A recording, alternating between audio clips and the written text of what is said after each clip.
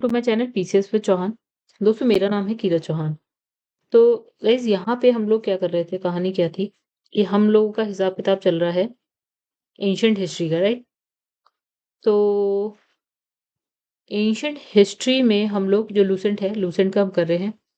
तो जो जीके की बुक है लूसेंट की, वो हम कर रहे हैं, राइट? तो उसमें भी हमारा क्या चल रहा है, एंशिएंट हिस्ट्री चल रहा है दोस्तों। तो एंशिएंट हिस्ट्री में हम जैन धर्म तक पढ़ चुके हैं, बौद्ध धर्म हम अभी करेंगे। तो बीच में मेरी क्लासेस नहीं नहीं आई थी, आधुनिक भारत का इतिहास चल रहा था, पंकज सर करवा रहे थे। ठीक है। तो इनफैक्ट उनकी वीडियोस आती रहेंगी आगे, ताकि जल्दी जल्दी सिलेबस खत्म हो। तो गाइस अगर आप लोग को वीडियो अच्छी लगती है मेरी, तो प्लीज़ वीडियो को लाइक करिएगा, और चैनल को आपने अभी तक सब्सक्राइब नहीं किया है तो कर लीजिएगा। देखिए लूसेंट एक ऐसी बुक है ना कि हर एक पेपर में काम आती है। इनफैक्ट मैं कहूँ ना, पीसीएस का अगर एग्ज़ाम आप दे रहे हैं और आप प्री की बात करें, तो वहाँ पे भी लूसेंट काम आती है, अगर आप लूसेंट के संग घटना चक्र पढ़ लें तो।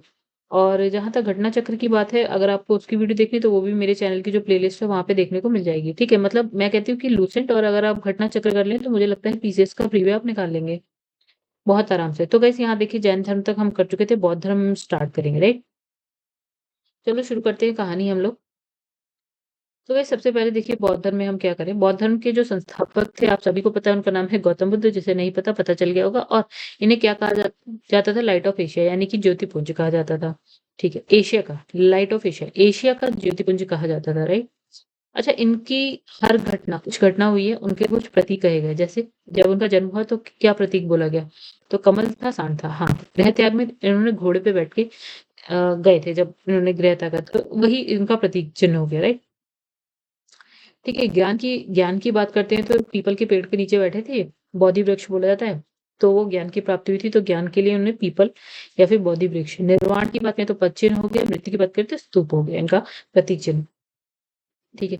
अब देखिए, गौतम बुद्ध का जन्म कब होता है, ईसा मसीह के जन्म से 563 ईयर्स पहले, यानी 563 बीसी में होता है। कपिलवस्तु के लुम्बिनी नामक स्थान पर होता है। ठीक है, इंपॉर्टेंट। अच्छा, इनके पिता का नाम है शुद्धोधन, शाक्यगढ़ के मुखिया थे। इंपॉर्टेंट हो जाता है गाइस। हाँ, लूसेंट, लूसेंट की हर लाइन इंपॉर्टेंट है। अगर आपको एक मतलब बना के रखना है कि हाँ, लूसेंट लूसेंट में बहुत चीजें नहीं मिलती, तो आप घटना चक्र पे शिफ्ट होइए। लूसेंट और घटना चक्र, अगर आप पीसीएस के मेंस की भी बात कर रहे हैं या कोई भी एग्जाम है, आपको और अच्छा करना है, तो गाइस आप दृष्टि आईएएस की बुक देखिए। मुझे नहीं लगता इससे ज़्यादा की ज़रूरत पड़ेगी। इतने में आपकी हर एक एग्ज़ाम की कहानी निकल जाएगी। मतलब सारे एग्ज़ाम, मतलब लूसेंट प्री के लिए देखिए, लूसेंट और घटना चक्र। अगर बड़ा एग्ज़ाम दे रहे हैं आप, नहीं तो वनडे एग्ज़ाम दे रहे हो, लूसेंट इनफ है, राइट? और साथ में अगर आप दृष्टि आईएएस कर लें, ये 3 चीज़ें अगर आप कर लेते हैं, तो आपको कोई भी एग्ज़ाम नहीं छोड़ना होगा। ठीक है। हाँ, तो पिता का नाम है सुद्धोधन, माता का नाम क्या है, महादेवी। एक्चुअली क्या होता है, जब इनकी माता इनको जन्म देती है ना, तो उसके 7 दिन बाद क्या होता है, उनकी मृत्यु हो जाती है। जो उनकी बहन थी, यानी कि इनकी जो मौसी थी, उनका नाम था प्रजापति गौतमी। ये इनका लालन-पोषण करती है, मतलब इन्हें पाल-पोष के बड़ा करती है। अब क्या था, ये गौतम बुद्ध है ना, उनका बचपन का नाम क्या था, बुद्ध नहीं था, सिद्धार्थ था। ठीक है। तो क्या होता है, 16 साल की उम्र में इनकी हो जाती है शादी। शादी किससे होती है, यशोधरा नामक स्त्री मतलब से होती है, राइट? इनका जो बेटा था उसका नाम था राहुल। अब क्या होता है ना, एक दिन वो अपने घर से निकलते हैं, सैर करने लगते हैं कपिलवस्तु की। अब उन्हें 4 चीज़ें देखी। क्या देखा इन्होंने? अपने जीवन में पहली बार देखा भैया। तो एक बूढ़ा व्यक्ति देखा, एक बीमार व्यक्ति देखा, एक शव देखा और एक सन्यासी देखा। इनने कहा, अरे यार बड़ा दुःख है यार जीवन में। तो जब ये सारी चीज़ें देखी, मतलब इन्हें कहा दुनिया में बड़ा दुःख है भैया। तो 29 साल के उस वक़्त थे, इन्होंने गृह त्याग दिया। ठीक है? तो जब उन्होंने गृह त्यागा ना, तो गाइस उस चीज़ को हम कुछ बोलते हैं। उसे हम बोलते हैं माँ-भनिष्क्रमण। ठीक है? क्वेश्चन आता है, इसलिए याद रखिएगा। थोड़ा मुश्किल है, 4 बार पढ़ेंगे याद हो जाएगा, कोई बात नहीं।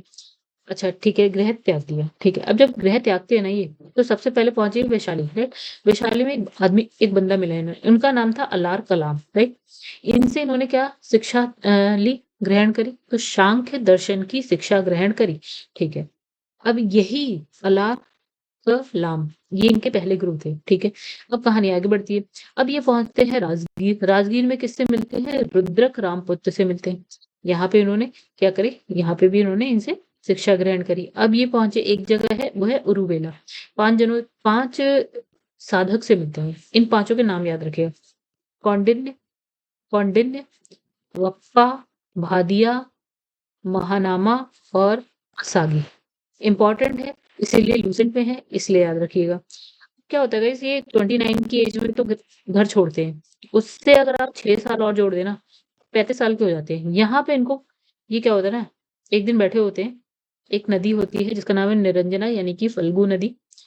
इसके किनारे एक पीपल का वृक्ष होता है, उसके नीचे बैठे होते हैं, ज्ञान की प्राप्ति हो जाती है पूरी तरह से। क्या दिन होता है वो? वैशाख की पूर्णिमा की रात होती है, राइट? दिन नहीं होता, रात होती है। यहाँ इनको पूरी तरह से ज्ञान की प्राप्ति होगी और इनका नाम हो गया बुद्ध, राइट? अच्छा, और उस जगह को जहाँ ज्ञान की प्राप्ति होती है वो हो गया बोध गया, राइट? अब भैया बोध गया में तो ज्ञान प्राप्ति हुई, तो पहला उपदेश उन्होंने यहाँ ना देकर कहाँ पहुंचे थे? सारनाथ। वहां दिया उन्होंने पहला उपदेश, ऋषिपत्तनम, सारनाथ ऋषिपत्तनम, राइट? अब जैसे गाइस हमने एक चीज देखी ना कि जब ग्रह त्यागा था तो उसको हमने बोला था महाविनिष्क्रम।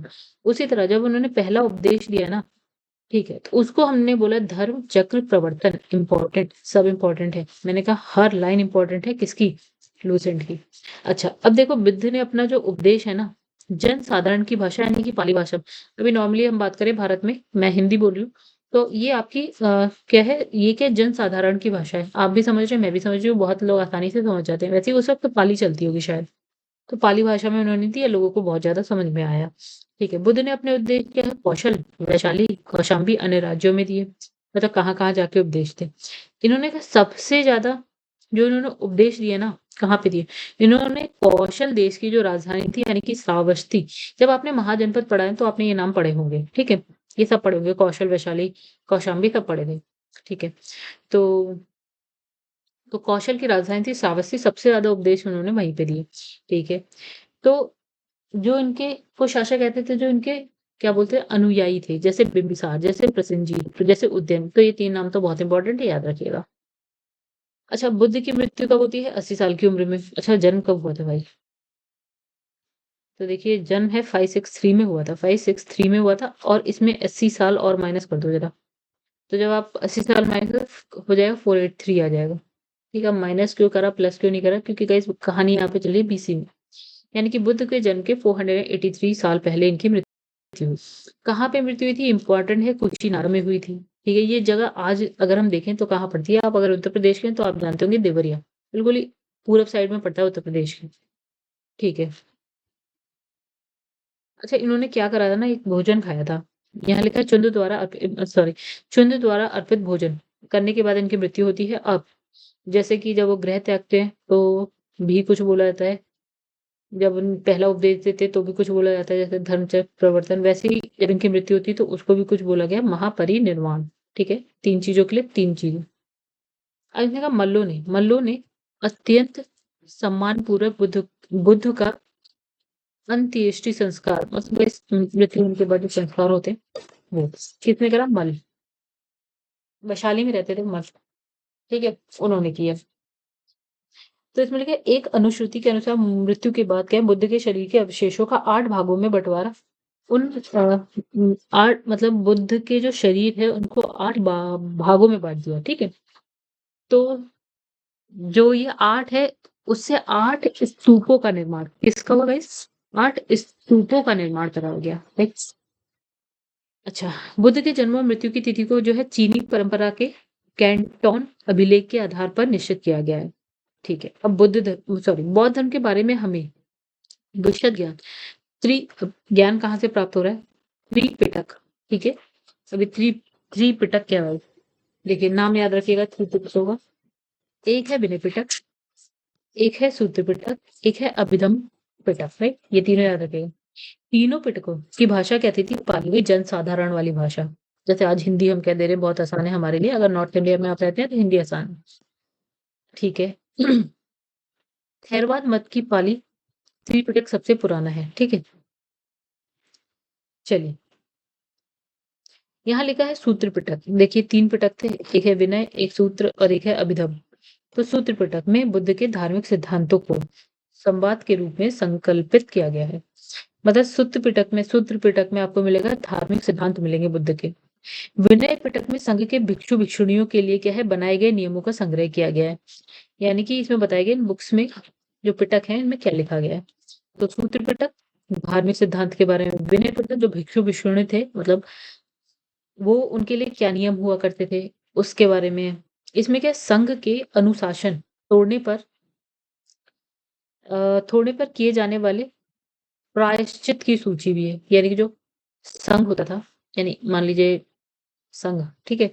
तो जैसे आज हम कहते हैं ना बीजेपी एक संघ भी है, यहाँ पे आरएसएस, वैसा कुछ संघ हुआ करता था। इनका एक ग्रुप होगा, मतलब क्या बोलें, संस्था होगी कुछ।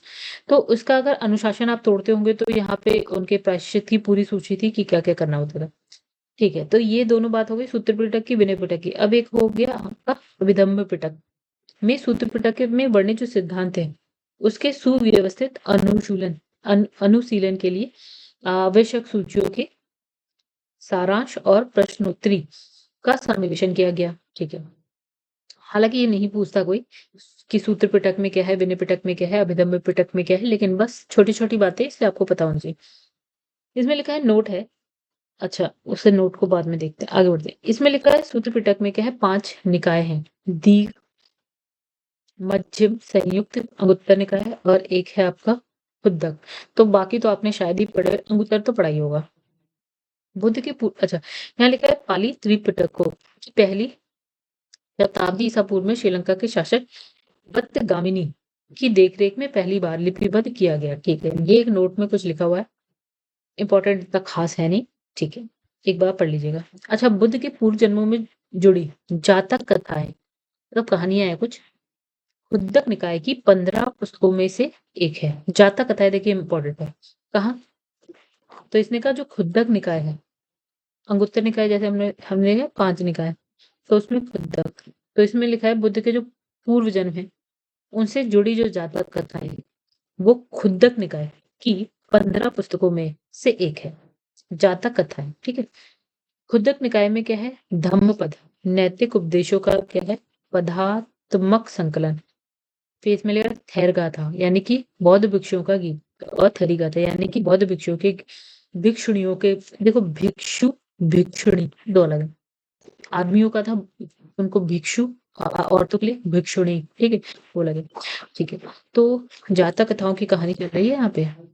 ठीक है, तो खुद्दक निकाय में क्या है, धम्मपद, थेर गाथा और थेरी गाथा, ये है। ठीक है, तो ये चीजें आपको मिल जाएंगी किसमें, खुद्दक निकाय में। ठीक है, और इसमें लिखा है बौद्ध धर्म मूलतः क्या है, अनईश्वरवादी है। क्या है गाइस, इंपॉर्टेंट बात, क्या है, अनईश्वरवादी। ठीक है, इसमें आत्मा की परिकल्पना भी नहीं है, आत्मा को नहीं मानते होंगे। बौद्ध धर्म में क्या है, पुनर्जन्म की मानते, जैसे हम जैन में पढ़ा था ना, ईश्वर को वो भी नहीं मानते थे, हाँ आत्मा में विश्वास रखते। जैन धर्म तो आत्मा में विश्वास रखता था, ये आत्मा में भी नहीं रख रहे। हाँ, पुनर्जन्म की इसमें मान्यता है कि हाँ ये मानते हुए ये पुनर्जन्म जैसा कुछ होता है। ठीक, तो यहाँ लिखा है तृष्णा को क्षीण हो जाने की अवस्था को ही बुद्ध में क्या है, निर्वाण कहा जाता है। मतलब किसकी प्राप्ति के लिए आप काम कर रहे हैं, निर्वाण प्राप्ति के लिए, मोक्ष बोलते हैं ना, जैसे सब कुछ त्याग के बिल्कुल मोक्ष की प्राप्ति हो जाए वाला, तो यहाँ निर्वाण बोला जा रहा है। तृष्णा मतलब वही मोह माया त्याग दो वाला हिसाब किताब। अच्छा, विश्व जो है दुखों से भरा हुआ है, कहानी है कुछ ऐसी कि भैया दुख ही दुख है। ठीक है, तो दुखों से भरा हुआ है का सिद्धांत बुद्ध ने उपनिषद से लिया, ऐसा माना। अच्छा, बुद्ध के अनुयायी 2 भागों में बँट गए। एक हो गया आपका भिक्षुक, एक हो गए आपके उपासक। अब समझिए भिक्षुक क्या है, उपासक क्या है। तो देखो बौद्ध धर्म के प्रचार के जिन्होंने संन्यास ग्रहण किया, उन्हें हमने बोल दिया भिक्षुक। ठीक है, अब ये कुछ ऐसे लोग, ज़रूरी नहीं है हर कोई संन्यास लेके ही बौद्ध धर्म को मान पाए, नहीं। कुछ ऐसे भी होंगे जो शादीशुदा होंगे भैया, वो भी मानना चाह रहे होंगे तो माने। तो इसमें गृहस्थ जीवन व्यतीत करने वाले व्यक्ति हैं, उनको हमने क्या बोल दिया, मतलब गृहस्थ जीवन में भी हैं और बौद्ध धर्म मान रहे हैं, उपासक बोल दिया उनको। ठीक है, इनके लिए थोड़ा-सा ईज़ी हो जाता है। ठीक है, सन्यासियों के लिए थोड़ा-सा मुश्किल हो जाता है। जो सन्यास ग्रहण कर लेते हैं उनके लिए थोड़ा गृहस्थ जीवन वालों के लिए थोड़ा-सा आसान हो जाता है। अच्छा, बौद्ध संघ में सम्मिलित होने के लिए क्या है, न्यूनतम आयु क्या होनी चाहिए, 15 साल होनी चाहिए। अगर आपको इनके संघ में जाना 15 साल के आप होने चाहिए।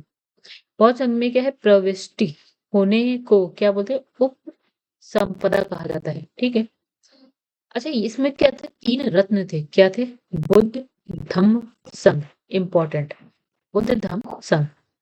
अच्छा, आगे बढ़ते गए। अब देखिए कहानी कुछ ऐसी है कि बौद्ध धर्म में क्या था, 4 वैसे सभाएं हुई थी, बहुत बड़ी-बड़ी, मतलब कॉन्फ्रेंस टाइप, बहुत बड़ी सभाएं हुई। अच्छा, कब कब हो रही है? एक तो हो रही है जब बुद्ध मरे थे गाइस 483 बीसी में मरे थे, उसी साल की बात है। ठीक है। जो पहली बौद्ध संगीति बोलते हैं इसको, क्या बोलते हैं? संगीति। ठीक है। तो पहली कब होती है? 483 बीसी में होती है। दूसरी कब होती है? उसके 100 साल बाद होती है। 830 सॉरी 383 में होती है। ठीक है। तीसरी कब होती है? 255 बीसी में होती है। ठीक है। और चौथी कब होती है? ईसा की प्रथम शताब्दी में होती है। ठीक है, ये याद रखिएगा। पहली बुद्ध जब मरते हैं 483 के 100 साल बाद, फिर 255 में होती है, राइट। तो गैस जो पहली कहाँ होती है? राजगृह याद रखिएगा, दूसरी वैशाली याद रखिएगा, तीसरी पाटलिपुत्र है कुंडल वन में होती है। अध्यक्ष याद रखिए, पहले के कौन थे? महाकश्यप, दूसरे के सबा कामी थे, तीसरे के मोगलीपुत्र तिस्स थे, चौथे के दो लिखे हैं यहाँ पे, वसुमित्र है, अशोक घोष हो गए, राइट। अच्छा, उस समय शासक कौन था उस वक्त? ठीक है, तो अध्यक्ष हो गए ये वाले। ठीक है, अब शासक भी होंगे कोई उस वक्त, तो पहले वाले में थे अजातशत्रु, दूसरे में कालाशोक, फिर अशोक, फिर कनिष्क। ठीक है, तो गाइस फिर से देखते हैं हम लोग। चलो, ये डेट तो आपको, साल तो पता चल गए। राजगीर, वैशाली, पाटलिपुत्र, कुंडल, ऐसे करके याद रखिएगा, तब याद रहेगी। ये नहीं कि पहले का सब याद कर लिया, फिर दूसरे का, तीसरे का, चौथे का। आप लाइन से याद रखेंगे, बिल्कुल आपको एकदम से हो जाएगी याद। ठीक है, देखिए ऐसे। राजगीर, वैशाली, पाटलिपुत्र, कुंडल, राजगीर, वैशाली, पाटलिपुत्र पुत्र कुंडल। फिर ये अध्यक्ष के नाम याद रखिए, महाकश्यप, सब्बकामी, मोगलीपुत्र और वसुमित्र, अशोक। फिर शासक है अजात शत्रु, काला अशोक, इसमें से अशोक ले लो खाली, फिर कनिष्क। ठीक, इंपॉर्टेंट है गाइस, इसलिए मैं इतना इस पे जोर डाल रही हूँ। ठीक, फिर इसमें लिखा है चतुर्थ बौद्ध संगीति, जो फोर्थ वाले की।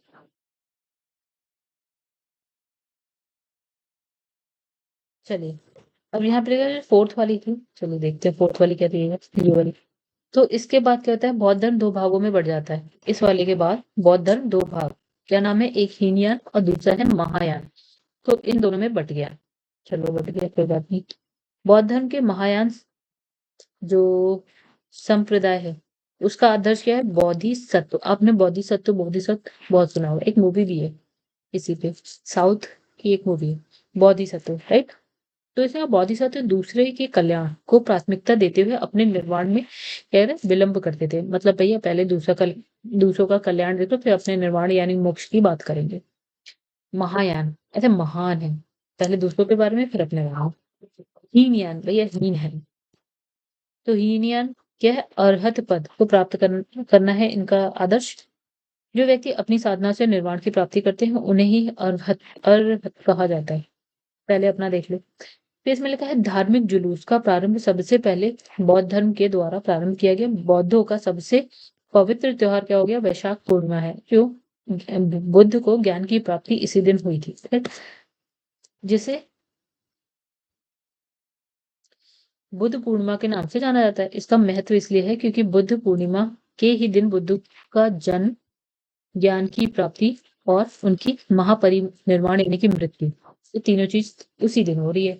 जन्म, मृत्यु, ज्ञान प्राप्ति। ठीक है। बुद्ध के अनुसार क्या होता है? अष्टांगिक मार्गों के पालन करने के उपरांत मनुष्य की भव तृष्णा नष्ट हो जाती है, उसे निर्वाण की प्राप्ति हो जाती है। यानी इसने ये कहा कि भैया अगर आपको निर्वाण यानी मोक्ष प्राप्त करना है, तो हमारे पास 8 तरीके के मार्ग हैं। इसकी इससे जो आपकी तृष्णा यानी मोह माया लोभ है वो खत्म होगा और निर्वाण प्राप्ति हो जाएगी। ठीक है। क्या है भैया? ये अष्टांगिक मार्ग देख लेंगे, अभी बात कर लेंगे। देखिए यहाँ पे कुछ है, पिंक में पढ़ते हैं। बुद्ध के सांसारिक दुखों के संबंध में 4 आर्य सत्यों का उपदेश। देखिए बौद्ध धर्म में 4 आर्य सत्य की बात कही गई। उन्होंने कहा ये दुख है, इनने मान लिया। तो सबसे पहला आर्य सत्य क्या है भैया? दुख है। दुख समुदाय दूसरा, तीसरा है दुख निरोध, चौथा है दुख निरोध गामिनी प्रतिपदा। ठीक है, 4 हो गए। 4 आर्य सत्य हैं। मतलब दुख है, दुख का मतलब उसे खत्म करने के लिए भी हमारे पास कुछ ना कुछ ऑप्शन है, सोल्यूशन है। ये सारी बातें, इसमें 4 बातें। दुख, दुख समुदाय, दुख निरोध गामिनी प्रतिपदा। अब इसने कहा जो दुख है ना, इससे भैया मुक्ति पानी है। तो हमारे पास 8 तरीके के मार्ग हैं, अष्टांगिक मार्ग कहते हैं उसे। तो भैया वो 8 तरीके के मार्ग क्या हैं, पढ़ लेते हैं भैया। तो पहला जैसे सम्यक दृष्टि, सम्यक संकल्प, सम्यक वाणी, सम्यक कर्मांत, सम्यक आजीव, सम्यक व्यायाम, सम्यक स्मृति, सम्यक समाधि। ये 8 मार्ग हैं, अष्टांगिक मार्ग कहते हैं। इससे आपका ये जो दुख वाला हिसाब किताब है, उससे आपको मुक्ति मिल जाएगी। और जब आपको मुक्ति मिल जाएगी तो निर्वाण यानी कि मोक्ष की प्राप्ति आपको हो जाएगी। आगे बढ़ते हैं। इस जगह निर्वाण बौद्ध धर्म का क्या है, परम लक्ष्य है कि भैया आपको कहीं पे भी कुछ भी कर लो भैया, आपको एंड में क्या है, निर्वाण प्राप्त करना है, यानी मोक्ष की प्राप्ति होनी है आपके। तो इसका अर्थ क्या है, दीपक का बुझ जाना अर्थात जीवन मरण चक्र से मुक्त हो जाना। यानी कहानी जैसे आपको निर्माण प्राप्ति हो जाएगी, आपकी कहानी खत्म भैया। आप ब्रह्म मतलब सब कुछ हो जाएगा, मृत्यु हो जाएगी और फिर आप पहुंच जाएंगे जहाँ आपको पहुंचना है, स्वर्ग और वो भी।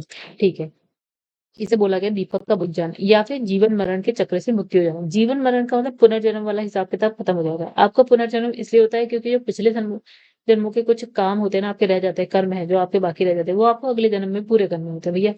तो जब आपको निर्वाण प्राप्ति हो जाएगी ना, यानी कि आपके काम कर्म जो बचे कुचे हैं वो हो जाएंगे शून्य और आपको मोक्ष की प्राप्ति और टाटा बाय बाय। फिर दोबारा आपका जन्म होगा नहीं। ठीक है, तो बुद्ध ने निर्वाण प्राप्ति को सरल बनाने के लिए 10 हीलों पर बल दिया। तो भैया आपको निर्वाण की प्राप्ति 10 तरीके से हो सकती है। 10 चीजें हैं, इस पे गौर फरमाइए और उस पे अमल करिए, हो जाएगा। जैसे अहिंसा यानी कि हिंसा मत करना, सत्य बोलो, अस्तेय यानी कि चोरी मत करना, अपरिग्रह यानी कि किसी प्रकार की संपत्ति ना रखना। तो ये 4-5 चीजें ना गाइस आप जैन धर्म में भी आप पढ़ चुके हैं। ठीक है, और इसमें लिखा है मद्य सेवन ना करना, ये मद्य सेवन का मतलब ये शराब वराब। ठीक है, फिर इसमें लिखा असमय भोजन ना करना, ये जो हम रात के 9 बजे 10 बजे रात के 2 बजे करते हैं ये ना करें। सूर्योदय पे कर लें, सॉरी सूर्यास्त पे कर लें रात में, और सुबह के टाइम भी ठीक ठाक टाइम पे कर लें। शाम को आप 5-6 बजे तक कर लें। फिर इसमें क्या लिखा है, सुखप्रद बिस्तर पर नहीं सोना, मतलब वो गद्देदार जो मतलब अच्छे अच्छे महंगे गद्दे हैं बिस्तर है, उसपे मत सोइए, जमीन पे सोइए। धन संचय ना करना यानी कि सेविंग मत करो भैया, इस लोग से दूर रहना। ठीक है, फिर नृत्य नाच ना, क्या लिखा है, नृत्य गान मतलब ये गाना डांस वांस ये सब, इन सब चीजों से दूर रहो, ऐसा बुद्ध कहते हैं। तो निर्वाण की प्राप्ति आपको बड़ी जल्दी मिल जाएगी। ठीक है, आजकल ऐसा हो नहीं सकता लेकिन ठीक है, ये उन्होंने कहा उस समय होता होगा। गृहस्थों के लिए केवल क्या है, प्रथम 5 शील और क्या है भिक्षुओं के लिए जो है 10। हमने कहा ना 2 तरीके थे, एक होते थे आपके भिक्षु, एक होते उपासक। उपासक जो गृहस्थ जीवन जी रहे होते थे, उनके लिए थोड़ा-सा उन्होंने आसान कर दिया। उन्होंने कहा भैया पहला देख लो, अहिंसा, सत्य, अस्तेय यानी चोरी मत करो, अपरिग्रह और मद्य सेवन, ये चीजें पहले वालों के लिए कह दी। ठीक है, यानी कि जो उपासक हुआ करते थे, जो गृहस्थ जीवन में थे, ये 5 चीजें। लेकिन जो भिक्षु होते थे ना, भिक्षु, उनके लिए पूरे 10 की 10 बातें। ठीक है, बुद्ध ने मध्यम मार्ग का उपदेश दिया। मध्यम मार्ग, ना बहुत कठोर ना बहुत लचीला, बीच का मतलब, राइट, ऐसा कुछ। देखिए यहाँ लिखा है अनीश्वरवाद के संबंध में बौद्ध धर्म जैन धर्म में समानता है, यानी कि अनीश्वरवाद की होते हैं, ईश्वर नहीं है करके। तो ये बौद्ध धर्म भी मानता था, जैन धर्म भी यही मानता था। ठीक है, ईश्वर ईश्वर जैसा इनको लगता नहीं था कुछ है। चलो, क्योंकि बुद्ध में तो बुद्ध को मान रहे हैं, फिर वो अभी सत्य होते थे। ठीक है, और देखिए जातक कथाएं, जिसमें उनकी कहानियां लिखी होती थी पूर्व जन्म के बारे में, जातक कथाएं प्रदर्शित करती हैं कि बोधिसत्व का अवतार मनुष्य रूप में ही भी हो सकता है और पशुओं के रूप में भी, यानी कि वो अवतार होता है ना, जैसे विष्णु के 10 अवतार है, वैसे बोधिसत्व भी अवतार है। तो उन्होंने कहा वो मनुष्य के रूप में भी अवतार ले सकते थे या पशु के रूप में भी ले सकते थे। बोधिसत्व के रूप में क्या है, पुनर्जन्म की क्या है दीर्घ श्रृंखला के अंतर्गत बुद्ध ने शाक्य मुनि के रूप में अपना अंतिम जन्म प्राप्त किया, मतलब इन्हें का अवतार हुआ जो सबसे लास्ट, तो वो थे भैया, कौन थे, शाक्य मुनि के रूप में आए। ठीक, किंतु उसके उपरांत क्या है, मैत्रेय और अन्य अनाम बुद्ध अभी क्या है, अवतरित होने शेष है, मतलब कुछ और अवतार होने हैं आगे, जो भी बचे हुए हैं, ठीक है, होंगे। इन्हें सर्वाधिक बुद्ध मूर्तियों का निर्माण क्या है, गंधार शैली के अंतर्गत किया गया, जो मूर्तियां बनी गंधार शैली में बनी। लेकिन बुद्ध की जो सबसे पहली है वो मथुरा कला के अंतर्गत बनी है मूर्ति, राइट।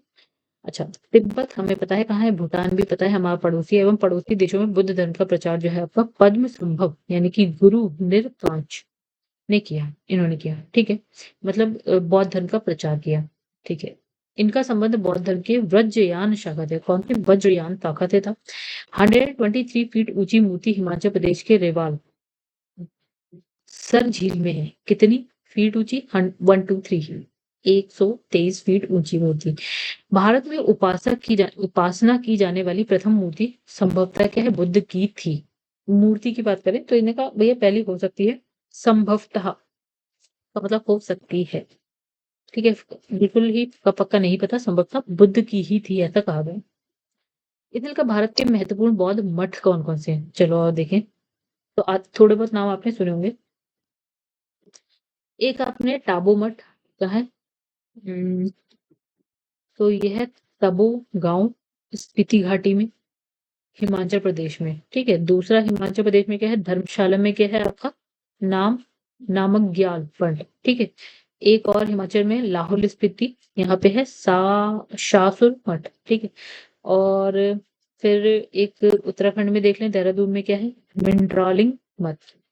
और जम्मू कश्मीर में दो है, यहाँ पे लद्दाख में ही है, एक है आपका हेमिस, एक है आपका थिक्से मठ, ठीक है। फिर आ जाओ आप थोड़ा सा सिक्किम में, अभी तक हम ऊपर ऊपर ही चल रहे हैं। हिमालय में तो सिक्किम में गैंगटॉक में है रूमटेक मठ, ठीक है। अरुणाचल प्रदेश भी हिमालय का ही है, अरुणाचल प्रदेश में है तवांग मठ, ठीक है। हम थोड़ा सा नीचे आ जाते हैं, तो बिहार में एक है आपका बौद्ध गया, एक होता है बौद्धि मंडा मठ, ठीक। तो यहाँ कर्नाटका में है मैसूर, मैसूर में क्या है, नाम ड्रिलिंग मठ, राइट।